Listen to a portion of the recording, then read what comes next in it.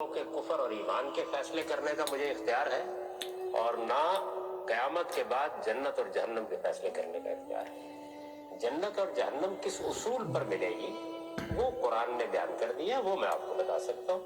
تو اللہ تعالیٰ نے بہت وضاحت کے ساتھ، یعنی کوئی کسر نہیں چھوڑی، یہ بتایا کہ جس کو میں نے جتنا علم دیا ہے اس کے لحاظ سے قیامت میں معاملہ کروں گا، جس کو میں نے جتنا علم دیا ہے۔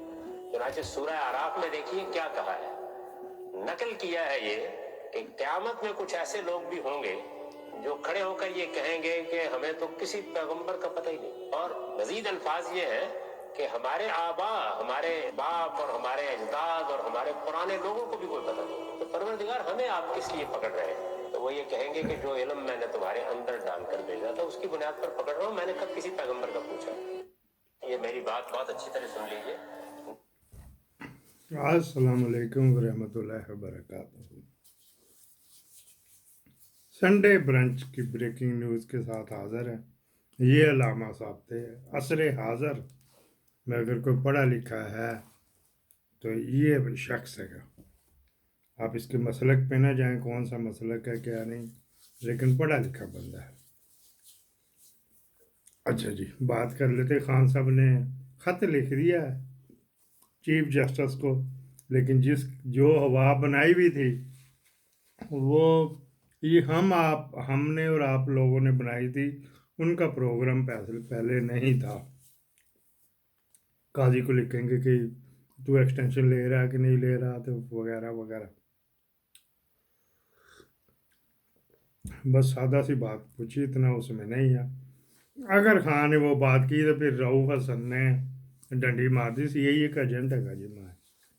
اچھا جی، بات یہ ہے کہ صبح 4:30 بجے کا ٹائم ہے، میں نے کہیں جانا ہے، کوئی سپورٹ ریلی ہے تو اس میں جج بننا ہے میں نے، کسی گیم میں، والی بال میں یا ٹش ٹش میں یا ٹنگ پونگ میں یا 5-6 گیمیں ہیں، ان میں کسی میں سے ڈیوٹی میری لگنی ہے، تو اس وجہ سے میں نور پیرے لے تڑکے لے اٹھ گیا ہوں۔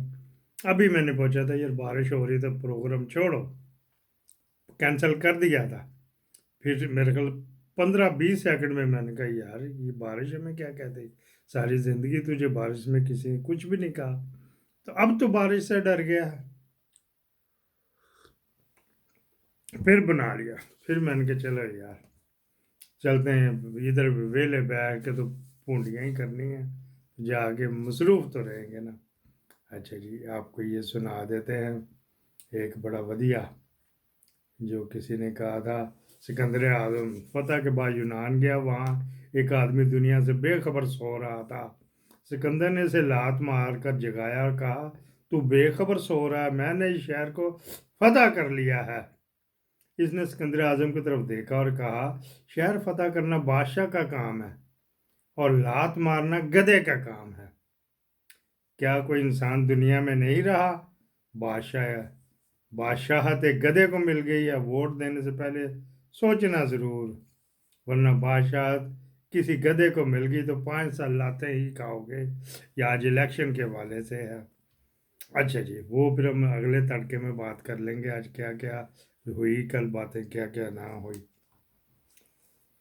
ایک پاکستان لور گروپ بنا ہوا، 2-4 کتے بلے جرنیلوں نے، اب آگے پاکستان کے خیر خواہ ہو گئے تھے، جو پلاٹ اور یہ وہ جو مراد لیمی ہے وہ تو واپس کرو نا پہلے۔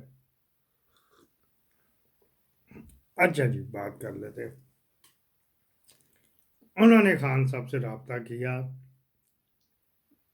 وہ پیچھے والے جو ہے نا، وہ انہوں نے ایسا کام کر دیا، اللیگل آرمی چیف محترم تو نہیں کہنا چاہیے، آصم منیر صاحب نے، وہ اس کا پرنالہ وہیں پہ کھڑا جی، پہلے مانے، پریس کانفرنس کرے اور معافی مانگے کہ 9 مئی اللہ میں نے کیا، بھلا یہ ماننے اللہ ہے جی؟ آپ دیکھ رہے نہیں کہ بان پاکستان تے میں قربان تے عمران خان۔ اگر آپ سمجھتے ہیں کہ آپ کے معیار کے مطابق ہے تو پھر آپ حق ادا کیجئے، نہیں تو پھر ڈس لائک تو کیجئے۔ نوٹس اس وقت آئے گا جب آپ اس کو سبسکرائب کریں گے، بہت سے لوگوں کا سبسکرپشن نہیں ہوتی، ان کو بھیجنا پڑتا ہے۔ ہمارے اپنے امین صاحب ہیں، ان کو ادوا بھیجنا پڑتا ہے، وہ ان کا ہینڈ ہی کوئی اس طرح قسم کا، میری بھی سمجھ میں بات۔ کل بھی ہم شام کو کٹھے تھے، کٹھے کھانا کھایا، دیکھ کا آلو گوشت ہے، نواز شریف بھی کھاتا تو انڈیا میں بھی شوق سے کھایا جاتا، تو آلو گوشت کھاتے تھے، چس آ گئی ہے۔ اچھا جی، یہ بسکٹ کھا رہا ہوں ساتھ ہی والا بسکٹ۔ اچھا دانت نہیں یہ تو توڑ کے پہلے کر لیتا ہوں۔ وہ گیا جی پورا وفد ایک، اس سے پہلے مشاہد اللہ خان نے یہ تحریک چلائی تھی کہ جو جیتا اس کے حوالے کرو، اس کو آنے دو، اس کو جانے دو، وغیرہ وغیرہ۔